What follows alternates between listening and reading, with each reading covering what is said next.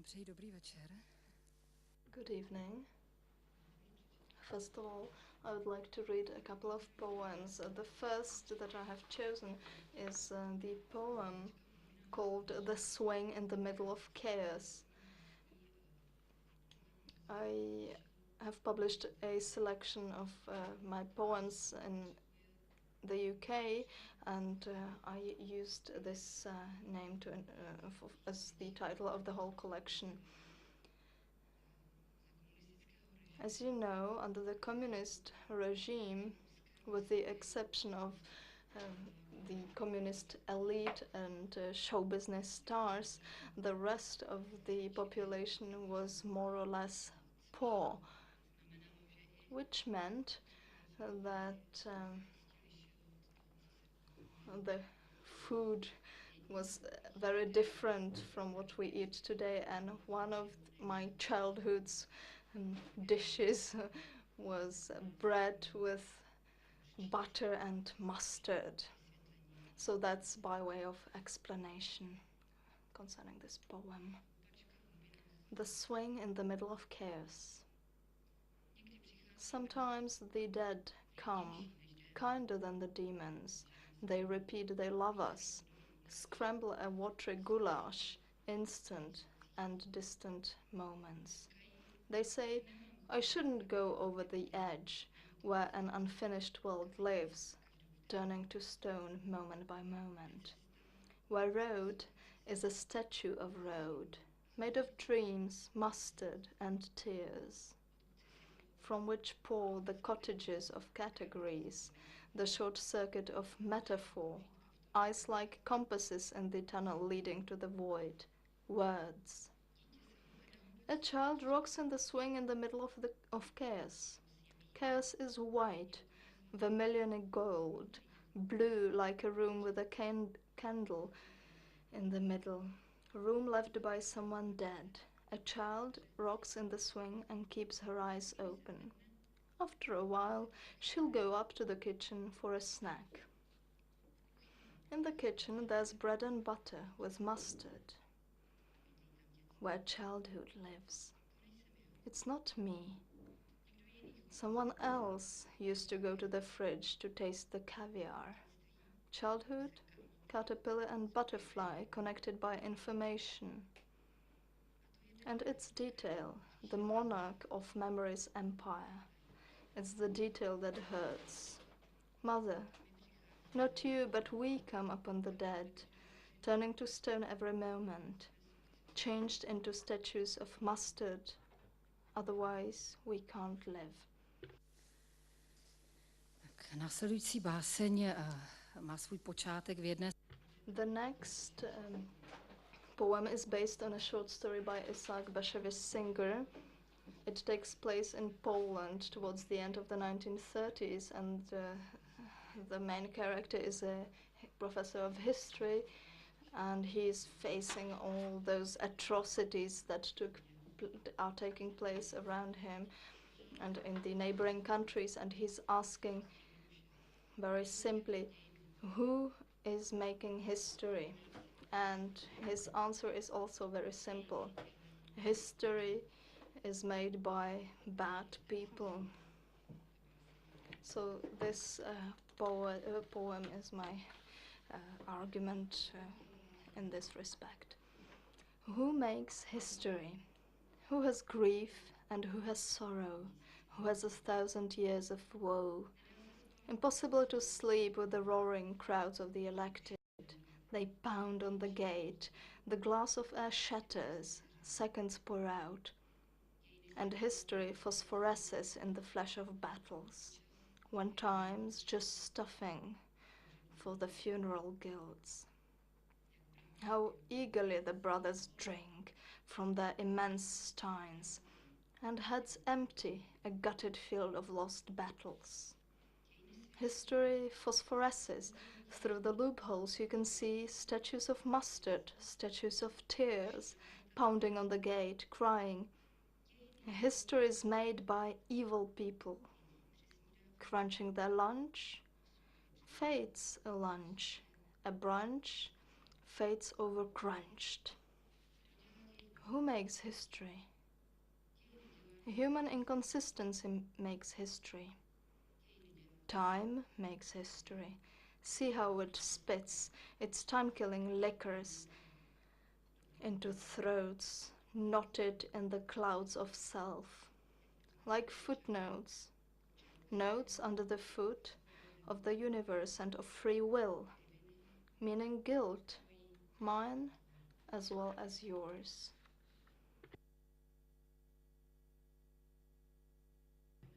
Moving on from history to time, this time without mustard. Time. Time's not a drift but a fall, from yes to no, from no to green. Yes, time adds pears and apples together.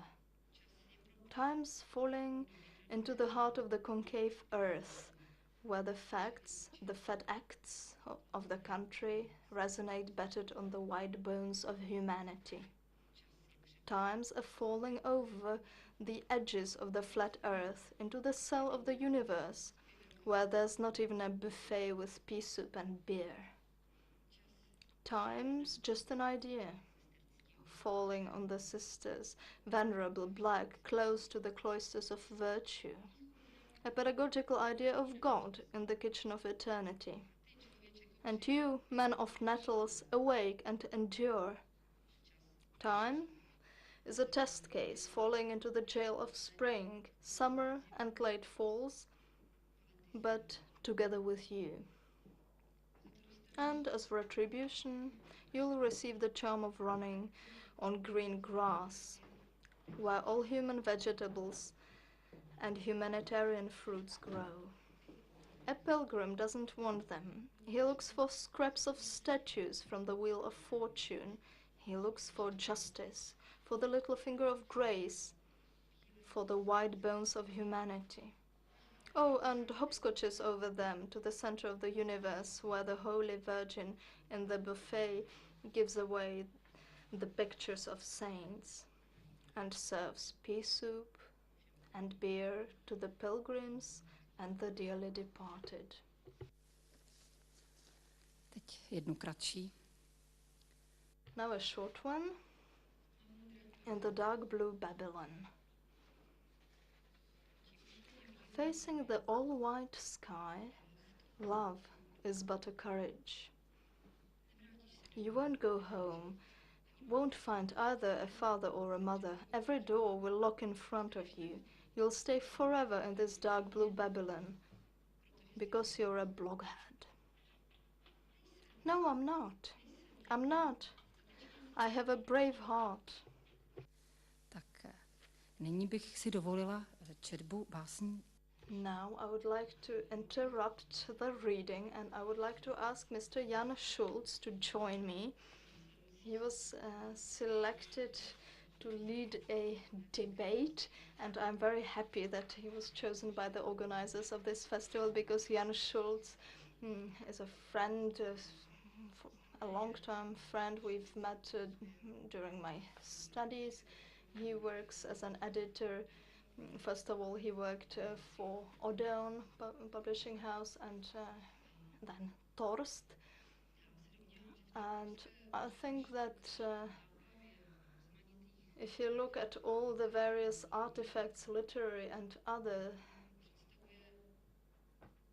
he's certainly one of the few, I think, who is able to distinguish the real quality, the real values. Jan Schulz.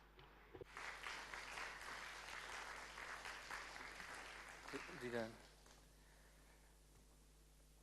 Tak já znám poměrně. Good evening.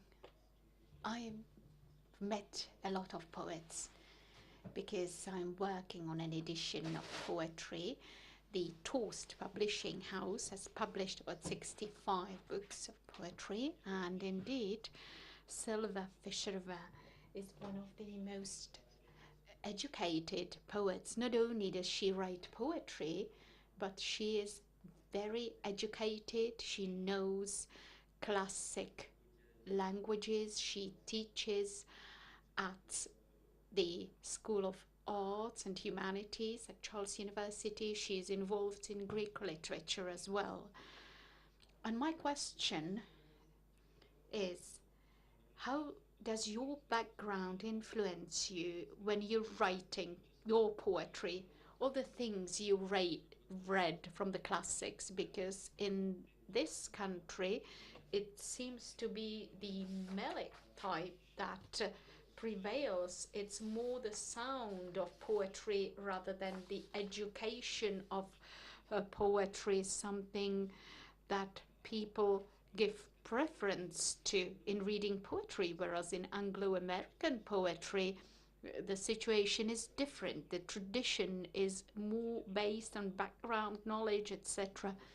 What does the classics give you, or how does it prevent you from writing? Thank you. Well, every day from morning to evening, I always keep saying to myself how many books I have not yet read. But to answer your question, the question has two parts. What you said about the Czech tradition, Czech musical tradition, it makes me look back on my studies. When I traveled between Prague and the town of Olomouc, I remembered reading one of the newsletters devoted to young literature, and there was an article referring to the Czech bel canto. So in this country we have our own bel canto. That's what makes Czech poetry move forward. And at that time I got really upset when sitting on that train from Prague to Olomouc, because I believe there are other traditions in this country. When we look at Czech poetry, we have poets like Holland, Diviš, Richard Weiner. All of them have been perfectly educated. So we have the bel canto tradition in poetry, but we also have other traditions, yet we may not be so used to them. We may not be used to admiring them. Yes, you are certainly right in saying that. What I was referring to, though, was reception and the readership of poetry. And today, whenever I talk to booksellers, people want to read poets like Jan Skácel, and no matter how many books of poetry have been published, people will go on reading them. Authors like Seifert or Nezval were much more read than poets like Vladimír Holan. And certainly there are poets like that. Let me mention Jiří Kolář, who would go against the bel canto tradition.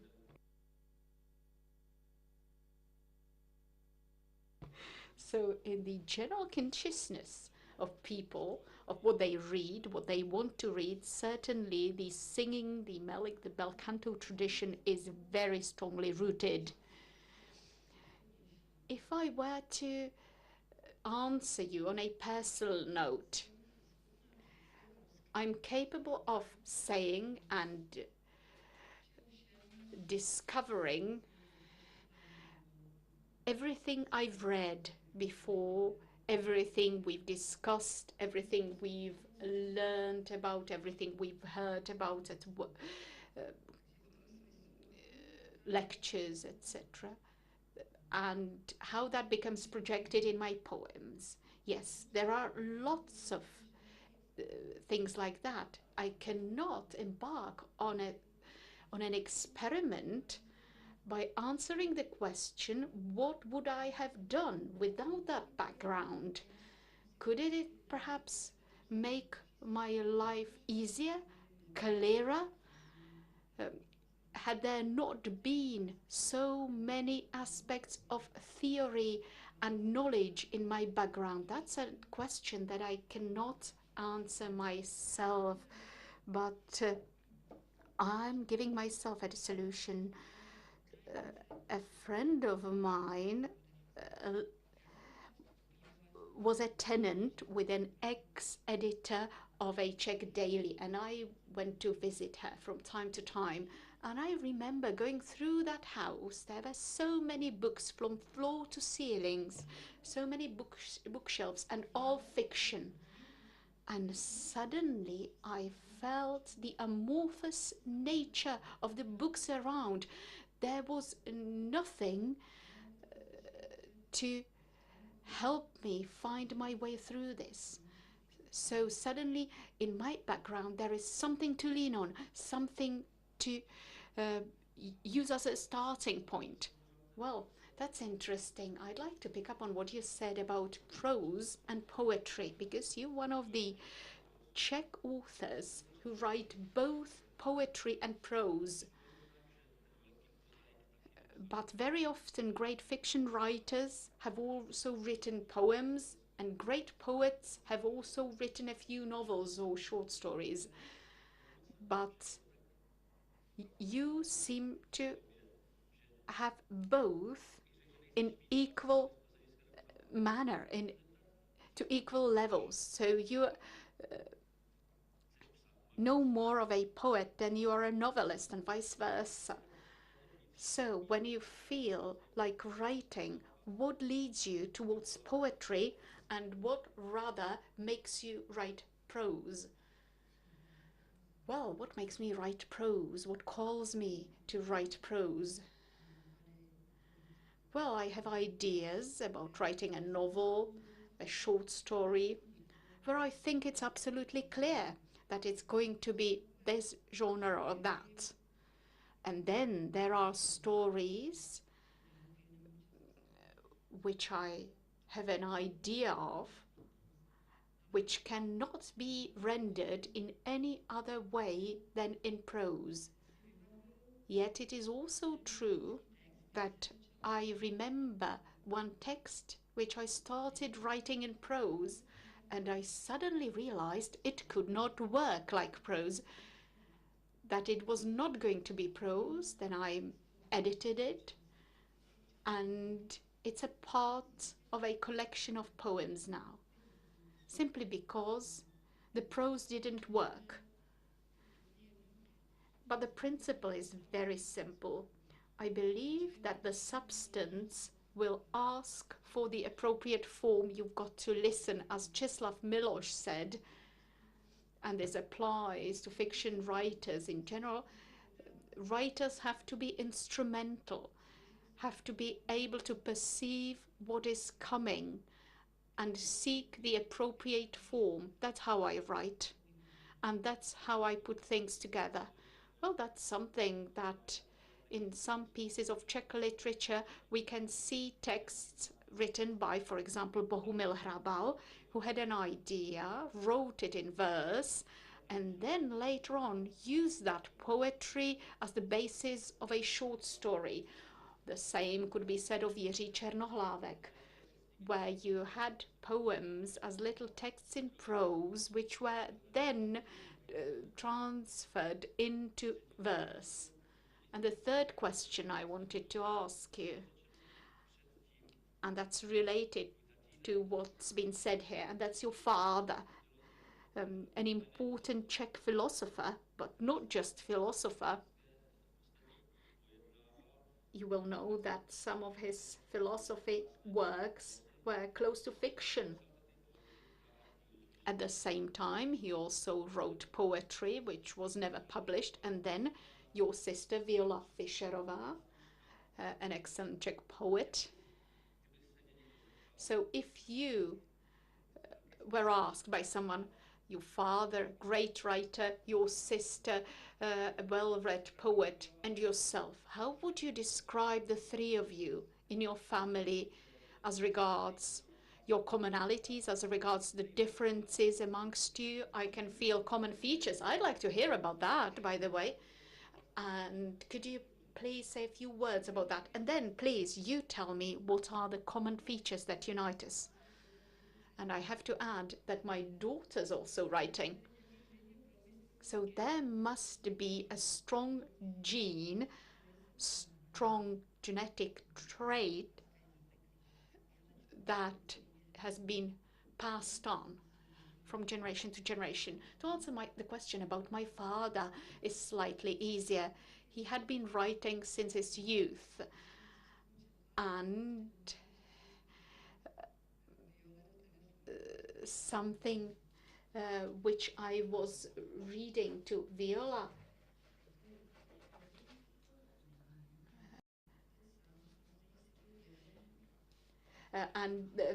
When I read it to Viola, my sister, said it was not good. And Professor Sobotka wrote about my father that he was the best stylist among Czech philosophers. And that's true, despite of the fact that some supporters of Jan Patočka could object to that. But my father quickly realized that his talent is not there, not in writing so much, not in writing poetry so much, so to speak. On the other hand, his first book is called Conversations and Confessions, and when I went back to that book and read it, I found a text which was so close to mine, and I was shocked because that was published in 1922. I had read it many, many years ago, but I'd long forgotten it. So there was an effort to unite reflection with the specific, with the concrete, and that's something I can observe in me. And I could see also the bel canto type, as well as structuralism, as well as the principle of order and ordering, the Kantian principle. And as regards Viola, I can see differences more than common features. Trying to look at what we have in common, well, that's not easy. The only thing I can say is to refer to a discussion we had on the island of Elba. On that day, Viola told me, I'd like to write just as Edgar Lee Masters wrote Spoon River Anthology. That's a collection, for those who don't know it, is a collection of fictive tombstone inscriptions of fictitious citizens, and I know it. The book is well known, well read, admired by some, but when she said that to me, I was surprised and said, I expect poetry to give me something else. For her, that was the ideal, the Spoon River Anthology. So we cannot meet. There is no point where we can meet. And I like to hear now what you find we have in common. For the past 20 years, I've been editing and reading texts, and I've had the opportunity not only to edit a book of memoirs of your father or read your poems, your stories. I also was the editor for Viola's collection of poems. There are significant differences. And in what people expect from poetry, well, those are the greatest differences, but there is something that you have in common, and that's a special energy, special commitment to the text, energy that is not tangible, energy that you all have in common. Even though Viola opts for a topic and tries to get the most out of the topic, squeeze the most into the verses, and that sort of commitment or engagement can be observed also in the stories of your father, in prose that you write as well as the poems you write. But it's not an overt commonality. There is an inner energy in all of your work. That's amazing. I've got to come here to find that out. That's amazing. Well, we're pressed for time a little. And also considering our audience and your recent experience, you've read your poetry translated into English in the United States, because a collection of your poems has been published in the States and in English. And I'd like to ask you what your experience was comparing the US public with the Czech one, if you could remember your journey to the United States. Well, I was going there alone, and going to a foreign country is always a fundamental piece of experience. So the greatest piece of experience was that when I was blamed for having stolen a can of beer and they called the police. Well, that's something that's beyond me, absolutely. But to use that for literature in a university city, Ann Arbor, a university student city where there was a workshop held for me with the students, that there was reading, and then we went to have dinner where there were students invited who also wrote. So the scene, as you can imagine it, we were standing in front of the hotel restaurant. That was the professor who organized it, Benjamin Perloff, introduced each student to me. Each of them said their name and continued, "I'm a poet." Every single one of them said to me, "I'm a poet."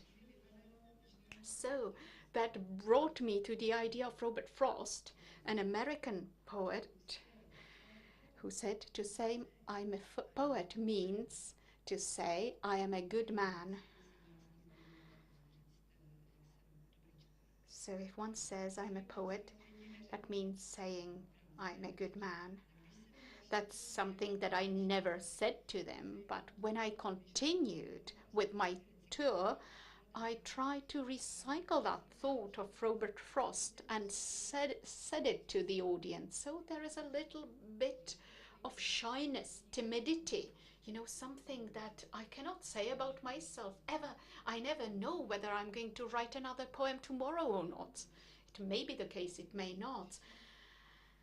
And then I would very briefly, as regards the program of creative writing, because in this country creative writing courses do not enjoy such popularity, such tradition. And I encountered a student of Stuart Freebird who translated my book with me, and I asked the man, his name was Van Miller, what Stuart gave him in the course, how he treated the students, what he did for them. And he said something remarkable. Stuart was extremely critical to all of us and tried to put us off writing poetry so that the strongest only will persist, because he kept insisting, he kept criticizing my poems. We had to rewrite a lot, we had to edit a lot, so only those who have determination will persevere. So that's an important principle, rather than say, okay, we'll write something, it may be interesting after all. That's very interesting indeed. I don't know if there is any time left, but I used to know the poet Emil Juliš, perhaps one of the greatest Czech poets in the post-war period. And his collection of poems was published abroad in Munich. And at that time, he was working as a clerk in this country. And of course, the police found out that he had a book published abroad, and the police exerted pressure on the company here in Czechoslovakia then to sack him, to sack Mr. Juliš. And the director of the company called that man, Mr. Juliš, the poet, and said to him, well, there were policemen saying that you're a poet, that you published a book in exile.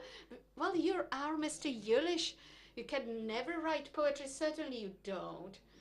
Well, how could have that occurred to you? Of course not. So that's how it went in this country. I cannot imagine a Czech person saying, I am a poet. And this person was one of the greatest poets, and by denying he was a poet, he could retain his job. Well, that's a happy ending.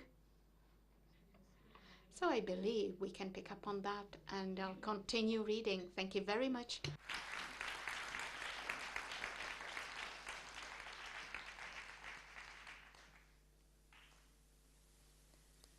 Tak báseň, kterou navážu, je velmi... The next poem is a very old one, but for some reason it is always successful. And recently I found out that it was even published in a lifestyle magazine for women.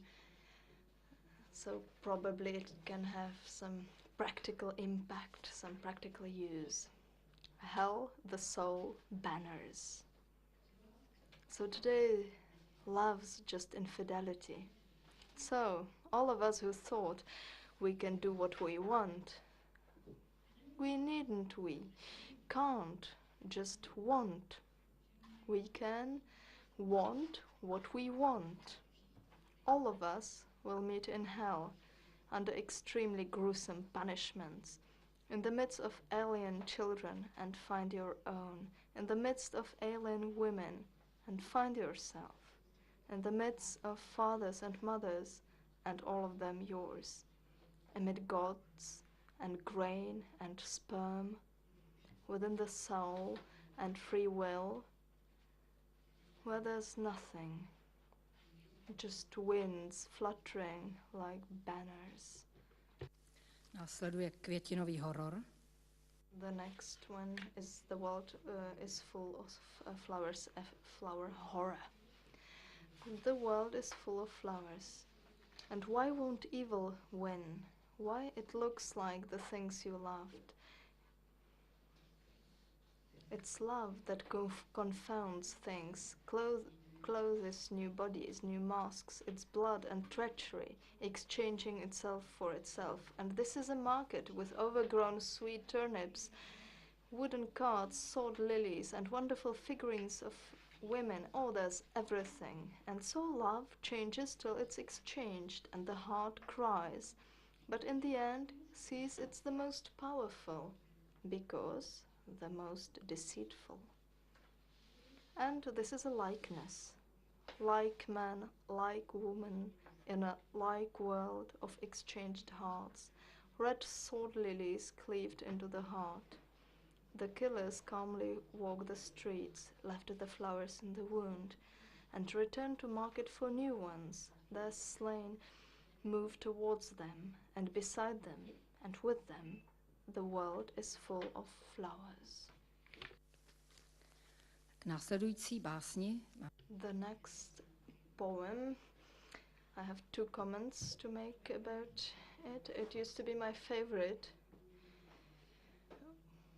I wanted to call my a collection like that for the British selection of poems. I wanted to call it Sister Irony. It sounded really good, but Stuart actually decided to call it the swing in the middle of chaos. He always won all of our arguments. In his Citadel, Saint-Exupéry says, "I hate irony," in the very beginning of the book. And I actually closed the book and stopped reading it because this sentence really upset me. I think it is much more complicated, the whole thing about irony. So, Sister Irony. Je nezábavný. Sorrow is boring. How you float through its timelessness. The square of window is grey and boring. The globe of sky is grey and boring. People, two-legged creatures, walk back and forth, injuring one another. The others watch, some write it down. Who started it? Who's guilty? Sorrow drinks beer. Irony sips whiskey. She's my sister, the same as me, but where I cry, she laughs. She survives everything, immortal like a protozoan or gravedigger, flipper of pancakes and tears, a liar. Being in love, but with whom? Herself? A laugh? One day I'll get her drunk, shake out that restraint, the space between. Below I'll see a sea crop up, a herring in the sea, and above the herring there'll be crying an orphan universe. A na závěr dnešního odpoledne báseň, která je... And finally a poem coming from a very recent collection that was just published this weekend. The title is very long and it took me a long time to write that collection and to choose this title. Here behind the corner everything is there. It was published in the publishing house called Pulchra, and Pulchra means beautiful, so I think the book is beautiful as well. The title of this poem is very short. Like. Like. Like, like, like. Everything like everything. No clear soup, broth from God. A thing for itself, totally naked. Like a woman, like a man. Like. The levels of being correspond one to another. The astrologers count abortions and stars. A cicada sings a song about Roland. And I dream at night about the mosquitoes in the holy water. Everything like anything. But something is just for something. Tit for tat, a girl on the sand says, and kick the other in the leg, who says, tit for what? For everything. Everything for everything. Thus, subverting the present, which is alone, in nothing, a point between the double non-being, an edge of the parabola you go along, like on a country road. Like is the essence of poetry. What is the essence of poetry? But who? Me? You? And what's the catch? Everything. Always everything for everything. Thank you very much.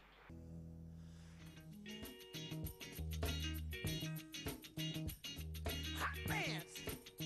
Hey, hot pants! Smoking! Hot pants! Smoking that hot pants!